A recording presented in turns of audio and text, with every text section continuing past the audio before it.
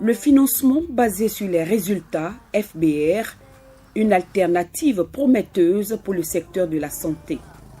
À travers le projet de renforcement de la performance du système de santé, PRPSS, cette approche est en expérimentation depuis 2012 au Bénin. Une stratégie mise en place par le gouvernement, appuyée par la Banque mondiale pour corriger les dysfonctionnements observés dans le secteur. C'est d'ailleurs l'une des recommandations issues des États généraux de la santé organisés en 2007. Pour sa phase pilote, 8 zones sanitaires sont ciblées. L'hôpital de zone de Banikwara, de Zoboza, Zobodoma, Boikon, Zapota et de Kozo, Kove, Zanyanato et Mwechi.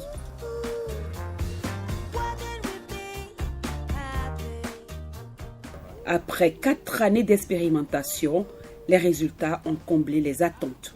Depuis que je suis venue ici, j'ai qu'une seule femme qui me regarde, quoi. Donc si je suis venue, elle est gentille avec moi, elle m'appelle, si je suis à la maison, elle m'appelle si j'ai des problèmes. Moi j'ai du plaisir pour penser ça. Je suis à mon 5e accouchement ici. À mon avis, cet hôpital s'améliore, surtout sur le plan de l'hygiène. Surtout par rapport à l'accueil, il y a des changements. La propreté aussi, il y a des changements. Par rapport aux médicaments aussi. C'est plus cher ou bien moins cher? Non, c'est moins cher. Et surtout pour nous qui sommes enceintes, si c'est palu, il y a prise en charge gratuite. Je suis satisfaite de l'accueil des agents de santé. Avant, on déplorait la malpropreté dans l'enceinte. Mais avec l'arrivée du nouveau médecin, tout est devenu propre. Il travaille bien. Je suis venue ici parce que je suis malade. Un agent de santé m'a examiné, l'air aimable. Ça fait longtemps que je viens dans cet hôpital. J'aime l'ambiance, elle est conviviale. Des témoignages qui prouvent et confirment la nécessité de mettre l'homme au cœur du développement. L'homme de qualité, l'homme motivé pour reconquérir la confiance des populations. La qualité des soins offerts, la propreté des hôpitaux, l'accueil des agents de santé sont passés au microscope. En jeu, plus de 20 milliards de francs CFA. Des critères qui permettent aux hôpitaux en règle et qualifiés de percevoir des subsides considérables. C'est grâce à l'FBR que tout a changé. On nous donne des primes d'FBR. Puis il y a des produits que l'FBR achète chez nous et on nous donne au retour des primes et on nous partage ça. L'FBR achète nos prestations et de par cette action nous aide dans l'équipement du centre. La qualité des soins a changé et le personnel est motivé en retour. Donc il y a un financement qui vient et ce financement est divisé par 2. Une partie va dans le fonctionnement du centre et l'autre est pris pour motiver le personnel. L'apport de FBR au niveau de l'hôpital avec les subsides, ça nous permet d'abord de s'équiper. Ça nous permet également de payer aujourd'hui une partie des salaires. Alors, ce qui fait du coup, nous, nos propres recettes, nous faisons les réalisations que vous voyez. Ce laboratoire a coûté 56 millions. C'est les fonds propres de l'hôpital. Et chaque année, dans cet hôpital, nous faisons au moins 50 millions d'investissements. Et c'est peut-être parce que certaines charges sont passées du côté de FBR que nous parvenons à réaliser ça.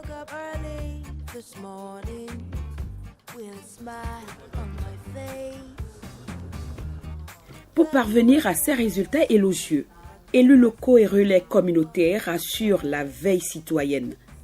Ces derniers, notamment, sillonnent les villages et les hameaux pour sensibiliser, voire convaincre les populations d'aller dans les centres de santé se faire examiner en cas de maladie.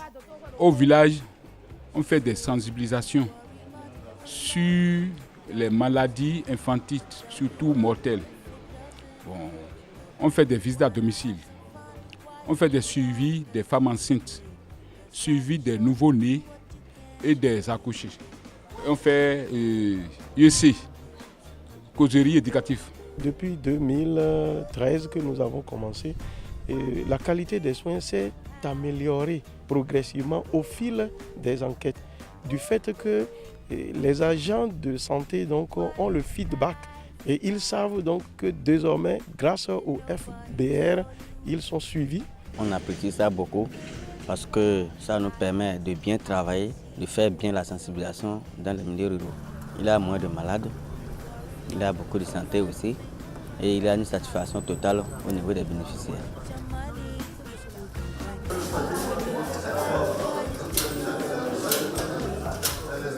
Le succès de cette approche a inspiré d'autres partenaires comme la coopération technique belge, le Fonds mondial, Gazi et bien d'autres encore à se mettre dans la danse.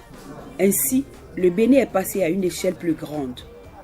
De 8 zones sanitaires, on en dénombre aujourd'hui 34 et on tend vers sa généralisation puisque les cliniques privées sont désormais associées. Depuis 2012 à 2015, nous avons connu une amélioration, que ce soit au niveau des indicateurs quantitatifs que des indicateurs qualitatifs. Et il faut vous dire que la spécificité de Zobouda, c'est l'intégration du secteur privé libéral. En regardant un peu les statistiques, le privé contribue à hauteur de plus de 40-50% dans la prise en charge des cas au niveau de la zone. Ce qui fait que si le privé n'est pas impliqué, on ne peut pas avoir une vision large sur ce qui est fait au niveau de la zone. C'est pour cela que l'intégration du privé vraiment est la bienvenue pour tout le secteur de la santé. Avant, le secteur privé et le secteur public se faisaient dos.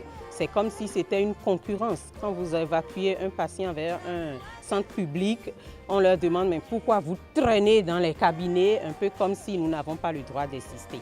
Donc le FBR a apporté cela que nous sommes ensemble. À part ça, le FBR quand même nous a rapprochés beaucoup plus des normes et des procédures en vigueur dans notre pays. L'implication de ma clinique dans l'approche FBR me ravit. Avant, on faisait à notre gré, mais cette fois-ci, maintenant, on nous a imposé des choses qu'on doit faire et respecter et mettre tout au propre. Donc, à tout moment, on est au travail. Le Bénin est en tête de peloton par rapport aux autres pays de la sous-région qui expérimentent la même approche. Le modèle béninois du financement basé sur les résultats est regardé un petit peu partout dans la région du fait de l'extension au niveau national de l'approche. Le financement basé sur les résultats, ce n'est pas uniquement une histoire d'argent supplémentaire qui arrive au niveau local. C'est aussi tout un système où il y a beaucoup plus de transparence qui s'inscrit dans le dispositif, puisque les résultats sont mieux suivis à la fois au niveau local, au niveau de l'équipe d'encadrement de zone et au niveau national. Ces résultats sont déclarés et aussi vérifiés et chaque citoyen peut aller regarder sur Internet et voir quels sont les résultats obtenus par sa structure de santé au coin de la rue.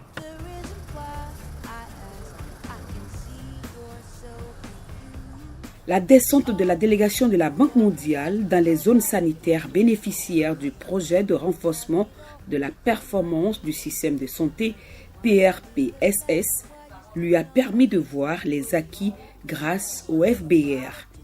La satisfaction est totale. Je suis fortement impressionnée par les réalisations et les acquis depuis l'année 2012. Franchement, au niveau de la population, le groupe de la banque a déjà senti les acquis, les améliorations dans la prestation de services, la qualité de soins, la prestation au niveau des accouchements et l'assistance post-natale, et aussi au niveau des COGES et des relais communautaires. Je constate là aussi une grande motivation pour les bénéfices et les réalisations de ce projet. Le FBR au Bénin n'est pas un échec, c'est un succès jusqu'à ce point. C'est un succès en ce sens que Nous avons fait 3 jours sur le terrain.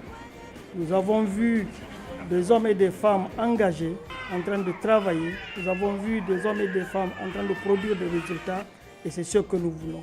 Mais nous voulons au-delà de cela que cela dure le plus longtemps possible. La mise en œuvre du FBR a donc induit une prise de conscience à tous les niveaux. Reste maintenant le défi majeur, celui de sa pérennisation pour garantir la performance du système de santé au Bénin. Le bébé, il est né. Mais le bébé n'est pas encore assis. Bon, donc on parle de pérennisation. Je partage ces inquiétudes. Il faut que le pays apporte, que le pays fasse des réformes et que nous gérons mieux nos ressources, qu'on soit plus efficient. Même les partenaires doivent aider le Bénin à ce que le bébé puisse se lever. Si la banque se retire, les autres vont fuir. Et je crois que la banque a commencé quelque chose de bien. Et l'espoir est permis. Et je prie les autorités qu'on mette en place les réformes et que la banque continue de nous soutenir. Et les autres partenaires aussi sont d'avis. Si nous arrivons à faire de belles choses, à tirer le leçon de ce qu'on a fait jusque-là, à corriger les imperfections, je crois que les partenaires, on va les prier de nous aider à ce que nous soyons au moins debout avant de partir. Nous sommes en train de voir comment harmoniser le processus pour qu'au niveau de tous les partenaires techniques qui nous appuient, qu'on ait un modèle typiquement béninois que nous allons pérenniser. Et pour cette pérennisation, nous avons d'abord beaucoup de ressources dans le secteur que nous allons mettre ensemble et la volonté politique suivra pour que cette initiative que nous avons et qu'on est en train de nous appuyer puisse ne pas être relâchée. Le gouvernement béninois est ainsi appelé à s'inscrire dans la continuité en jouant sa partition. Woke up early this morning with a smile on my face.